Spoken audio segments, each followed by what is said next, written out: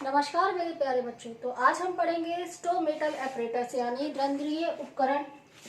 तो आज की क्लास स्टार्ट करते हैं किस टॉपिक से? स्टोमेटल एपरेटस यानी रंध्रीय उपकरण। तो इससे पहले स्टोमेटा क्या होता है पहले ये बताओ। तो स्टोमेटा किसे कहते हैं कि भाई एपिडर्मिस पर क्या पाए जाते हैं? छोटे छोटे क्या पाए जाते हैं? छिद्र पाए जाते हैं, पोर पाए जाते हैं, जिन्हें स्टोमेटा कहते हैं। अच्छा, सिंगल होगा तो स्टोमा कहलाएगा। क्या कहलाएगा? स्टोमा। और बहुत सारे होंगे तो क्या कहलाएंगे? स्टोमेटा कहलाएंगे। ठीक है।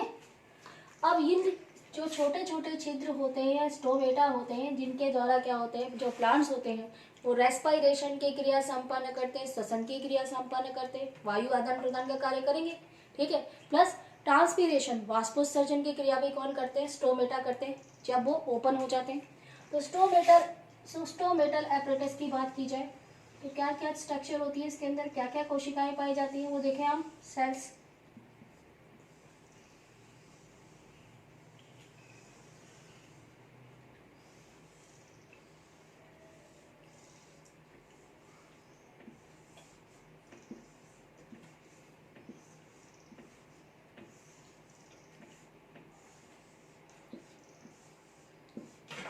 सबसे पहले हम बात करेंगे कि स्टोमेटा में क्या होती है। एक जोड़ी, एक जोड़ी का मतलब होता है एक पेयर के रूप में, यानी दो क्या पाई जाती है? Guard cell. ये क्या है, आपको दिख रही है? ये क्या है? Guard cell. गार्ड सेल जिन्हें द्वार कोशिका कहा जाता है। क्या कहते हैं? द्वार कोशिका। ठीक है। अब गार्ड सेल की बात की जाए तो गार्ड सेल में न्यूक्लियस तो होगा, तो दोनों ही गार्ड सेल में एक न्यूक्लियस होता है। ठीक है, एक एक। और गार्ड सेल में क्या उपस्थित होते हैं? क्लोरोप्लास्ट। क्या उपस्थित होते हैं? क्लोरोप्लास्ट। मैं ग्रीन कलर से बना रही हूँ। ये क्या है? क्लोरोप्लास्ट।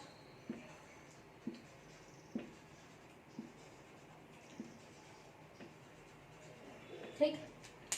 गार्ड सेल के जो प्रोटोप्लाज्म होता है उसमें क्या उपस्थित होता है? स्टार्च। ठीक है। लेकिन प्याज, ऑनियन में जो गार्ड सेल होती है उसमें स्टार्च नहीं पाया जाता है। अब गार्ड सेल की बात की जाए तो दोनों गार्ड सेल की जो भित्ति होती है, वॉल होती है, अंदर वाली जो वॉल होती है बहुत ज़्यादा क्या होती है? मोटी होती है। और कैसी नहीं होती? लचीली नहीं होती। ठीक है। और इन दोनों गार्ड सेल के बीच में क्या होता है? छोटा सा छिद्र पाया जाता है, छेद पाया जाता है। ठीक है। जिसे ही आप स्टोमा कह सकते हो। ठीक है। रंध्र कह सकते हो, पोर कह सकते हो। ठीक। अब हम बात करेंगे गार्ड सेल जितने भी मैक्सिमम प्लांट होते हैं उनमें कौन सी शेप की होती है? Kidney shape. जिसमें मैंने इसमें भी बना रखी, तो कैसी बना रखी? किडनी शेप की बना रखी। लेकिन पोएसी फैमिली के प्लांट्स में कौन सी शेप की होती है? Dumbbell shape. देखो इस तरह की शेप की होती है गार्ड सेल। ठीक है। अब हम बात करेंगे कि गार्ड सेल की जो ये आउटर वॉल होती है, बाहर वाली वॉल होती है, ये कैसी होती है? पतली होती है, लचीली होती है। ठीक। अब गार्ड सेल के आसपास की जितनी भी सेल्स होती है इन्हें क्या कहा जाता है? Subsidiary cells. क्या बोलते हैं? सब्सिडियरी सेल्स, या हिंदी में क्या कहते हैं? सहायक कोशिका। कई जगह क्या लिखा होता है? एपिडर्मल सेल्स लिखा होता है। तो थोड़ा सा अंतर होता है सब्सिडियरी सेल्स और एपिडर्मल सेल्स में। अगर एपिडर्मल सेल्स, देखो एपिडर्मिस की सेल्स क्या कहलाएंगे? एपिडर्मल सेल्स कहलाएंगे। अगर ये एपिडर्मल जो सेल्स होती हैं ये अपना थोड़ा सा अपने स्ट्रक्चर में परिवर्तन कर लेती हैं तो इन्हें क्या कहा जाता है? सब्सिडियरी सेल्स कहा जाता है। थोड़ी सी क्या हो जाती है? मॉडिफाइड हो जाती है। अब एपिडर्मल जो सब्सिडियरी सेल्स होती हैं इनमें क्या नहीं पाया जाता? न्यूक्लियस तो होता है लेकिन क्लोरोप्लास्ट नहीं पाए जाते। क्या नहीं पाए जाते? क्लोरोप्लास्ट नहीं पाए जाते। अब हम बात करेंगे, ये तो मैंने आपको स्ट्रक्चर बता दी। अब हम बात कर रहे हैं कि भाई दिन के समय क्या होता है? दिन के समय गार्ड सेल में क्या है? क्लोरोप्लास्ट है ना, तो दिन के समय फोटोसिंथेसिस संपन्न होगा। और फोटोसिंथेसिस जब संपन्न होगा तो गार्ड सेल जो है किसका निर्माण करेगी? ग्लूकोज का। किसका? ग्लूकोज का। और ग्लूकोज क्या होता है? सॉल्युबल होता है। किसमें? वाटर में, जल में घुलनशील होता है। जिससे दिन के समय गार्ड सेल की सांद्रता में क्या हो जाएगी? वृद्धि हो जाएगी, है ना। सांद्रता में वृद्धि हो गई तो इसलिए अच्छा ओपी का मान में वृद्धि हो जाएगी। अब ओपी का मान किसे कहा जाता है? परासरण दाब। Osmotic pressure. ऑस्मोटिक प्रेशर का मान हमेशा किस पर डिपेंड करता है? कंसंट्रेशन, सांद्रता पर। अगर इसका सांद्रता का मान बढ़ेगा तो ओपी के मान में अपने आप ही क्या हो जाएगी? वृद्धि हो जाएगी। तो ओपी क्या है? Osmotic pressure. क्या है? Osmotic pressure. ठीक है, तो ओपी के मान में क्या हो गई? वृद्धि हो गई। जबकि आप देख रहे हैं जो आसपास उपस्थित जितनी भी सब्सिडियरी सेल्स है इनमें क्लोरोप्लास्ट नहीं है, तो दिन के समय इनमें फोटोसिंथेसिस संपन्न ही नहीं होगा, और फोटोसिंथेसिस संपन्न नहीं होगा तो ग्लूकोज नहीं है, और ग्लूकोज नहीं है तो सांद्रता में क्या आ जाएगी? कमी आ जाएगी, कंसंट्रेशन में कमी आ जाएगी, और कंसंट्रेशन में कमी आ गई तो ओपी के मान में भी क्या आ जाएगी? कमी आ जाएगी। इस कारण क्या होगा?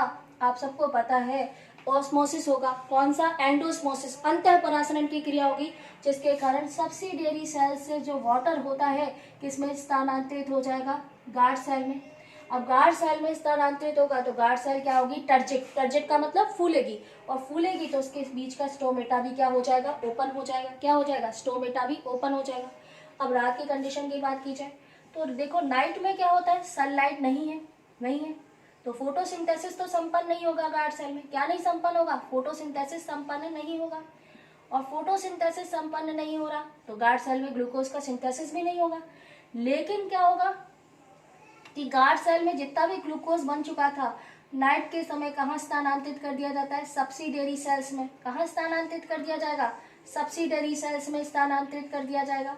ठीक है, अब सब्सिडियरी सेल्स को क्या मिल चुका है? ग्लूकोज मिल चुका है। अब मुझे बताओ प्यारे बच्चों कि अब सांद्रता किसकी ज्यादा होगी? सब्सिडियरी सेल्स की। किसकी? सब्सिडियरी सेल्स की सांद्रता क्या हो जाएगी? ज्यादा हो जाएगी। अब इसकी सांद्रता ज्यादा हो गई तो ऐसे में ओपी का मान भी किसका ज्यादा होगा? सब्सिडियरी सेल्स का ज्यादा होगा। ठीक है बच्चों, और जबकि गार्ड सेल की सांद्रता क्या होगी? कम होगी, क्योंकि ग्लूकोज इससे जा चुका है, तो गार्ड सेल की सांद्रता क्या है? कम है, और ओपी का मान भी क्या है? कम है। तो आप सबको पता है कि अगर ओपी का मान कम है तो वाटर क्या होगा? निष्कासित होगा। इसे कहेंगे एक्जोस्मोसिस यानी बहिःपरासरण, और बहिःपरासरण की क्रिया होगी तो गार्ड सेल क्या हो जाएगी? फ्लैसिड हो जाएगी। क्या हो जाएगी? फ्लैसिड, यानी पिचक जाएगी, और पिचकेगी तो ऐसे में क्या होगा कि ये जो बाहर वाली भित्ति है जो फैली थी वो क्या होगी? सिकुड़ेगी। तो गार्ड सेल का जो अंदर का जो स्टोमेटा है या स्टोमा है या छिद्र है ये भी क्या हो जाएगा? बंद हो जाएगा। तो गार्ड सेल क्या होगी? पिचकेगी। पिचकेगी तो फ्लैसिड होगी, तो इसके बीच का ये जो छिद्र है ये भी क्या हो जाएगा? क्लोज हो जाएगा। लेकिन एक चीज याद कर ध्यान से रखना बच्चों कि कभी भी जो स्टोमा होता है पूर्ण रूप से क्लोज नहीं होता। तो स्टोमेटल एपरेटस में क्या क्या चीजें आती हैं? एक तो गार्ड सेल आती है, वो भी कितनी? एक जोड़ी, और क्या आती है? सब्सिडियरी सेल्स आती है। ठीक है, फिर हम बात करेंगे जितने भी जीरोफाइट्स होते हैं, मरुस्थलीय पादप होते हैं। तो मरुस्थलीय जो पादप होते हैं प्यारे बच्चों, उनमें क्या होता है? ये मरुस्थलीय पादप है, तो उनमें क्या होता है कि जो सब्सिडियरी सेल्स होते हैं या एपिडर्मल सेल्स होती हैं वो हमेशा कहाँ पर होती हैं? प्लांट की सतह पर, प्लांट स्ट्रक्चर की सतह पर। तो कहाँ पर? जैसे लीफ है तो लीफ में क्या होगा कि ये एपिडर्मल सेल से जो कि सतह पर उपस्थित होती है, जबकि गार्ड सेल क्या होती है? नीचे की तरफ इस प्रकार व्यवस्थित हो जाती है। तो इसे क्या कहा जाता है? सनकन स्टोमेटा कहा जाता है। क्या कहा जाता है? सनकन स्टोमेटा। और इस कैविटी को क्या कहा जाता है? स्टोमेटल या एपिस्टोमेटल कैविटी कहा जाता है। क्या कहा जाता है? एपिस्टोमेटल कैविटी। तो यानी गार्ड सेल तो धसी हुई है और ऊपर की तरफ क्या है? ये एपिडर्मल सेल, तो दोनों के बीच में क्या होता है? गैप होता है, जिसे एपिस्टोमेटल कैविटी कहा जाता है। ठीक है, जिसके कारण होगा, अब आप देखो कि गर्म हवाएं आएंगी, गर्म हवाएं आएंगी तो अगर गार्ड सेल यहाँ पर ही होती तो ऐसी कंडीशन में जो गर्म हवाएं होती गार्ड सेल से टकराती और वो क्या करती? वाष्पोत्सर्जन की क्रिया के लिए, ट्रांसपीरेशन की क्रिया के लिए प्रेरित हो जाती। लेकिन अभी इस कंडीशन में जो गर्म हवाएं होंगी वो सतह पर तो पहुंच सकती है, अंदर बहुत कम जाएंगी। तो इस कारण क्या होगा? जो सनकन स्टोमेटा होते हैं वो ट्रांसपीरेशन की क्रिया कम करते हैं। तो जितने भी जीरोफाइट्स होते हैं, मरुस्थलीय पादप होते हैं, उनमें अधिकतर क्या पाए जाते हैं? सनकन स्टोमेटा। और सनकन स्टोमेटा में गार्ड सेल और एपिडर्मल सेल्स जो होती हैं उनकी पोजीशन अलग अलग होती है। एपिडर्मल सेल्स ऊपर की तरफ होती है और गार्ड सेल क्या होती है? नीचे की तरफ होती है। तो इसी के साथ हमारा टॉपिक ये समाप्त हो गया है। अगर आपको मेरा ये वीडियो समझ में आता है तो आप मेरे चैनल को लाइक कीजिए, सब्सक्राइब कीजिए